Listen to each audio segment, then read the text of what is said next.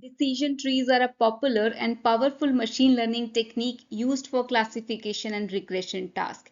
But as the decision tree grow deeper and more complex, they can suffer from overfitting, leading to poor generalization performance on unseen data. So to address this issue, pruning techniques are used to simplify the tree structure and improve its accuracy. So today in this video, we'll focus on decision tree pruning and Gini impurity measure. So let's get started with what is pruning.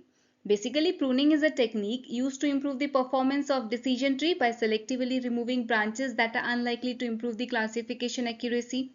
This pruning helps us to prevent overfitting, which occurs when a model is too complex and performs well on the training data but poorly on unseen data.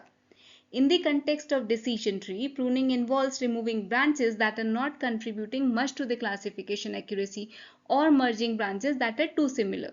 And this is done by evaluating the performance of the tree on a separate validation dataset and then modifying the tree structure based on this evaluation. Let us take a simple real life example to understand this better. Suppose you are a doctor trying to diagnose a patient's illness based on the series of symptoms, and you have created a decision tree to guide your diagnosis. So pruning can help you improve the accuracy of this tree by removing branches that are not informative or redundant. For example, let us say you have a decision tree with a branch that asks, does the patient have a fear? So if most patients with a fear do indeed have the same illness, this branch can be pruned as it does not provide much additional information.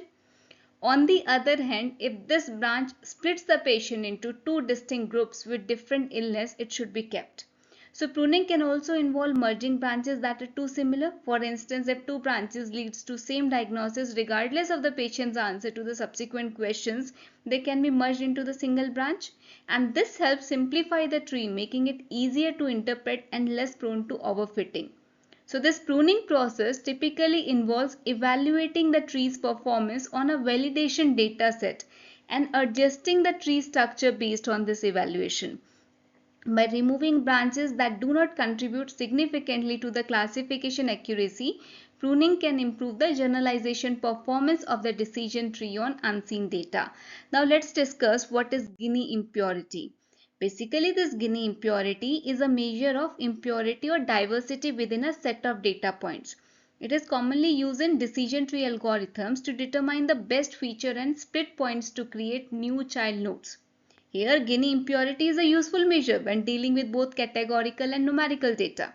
So imagine you are a store manager tasked with arranging products on shelves to make it easy for customers to find what they need.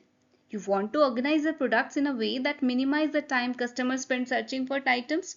So Gini impurity can help you making this decision. Suppose you have a shelf of beverages with different kinds of drinks such as juices, sodas and energy drinks, and you want to arrange them in an optimal way.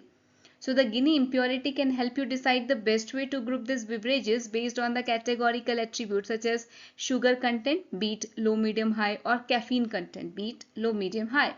So here the Gini impurity for this given set of data is calculated using this formula, where this Pi is the proportion of instances belonging to the ith class in the set of data set. For example, if 40% of the beverages have low sugar content, 30% have medium sugar content and 30% have high sugar content. So the Gini impurity for this set would be 1 minus zero point 0.4 square plus 0.3 square plus 0.3 square. So it should be 0.56.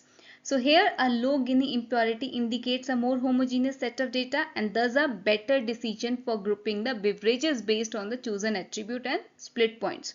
So in this example, you would choose the attribute sugar content and the split point medium because it has the lowest Gini impurity and group the beverages accordingly. Thank you.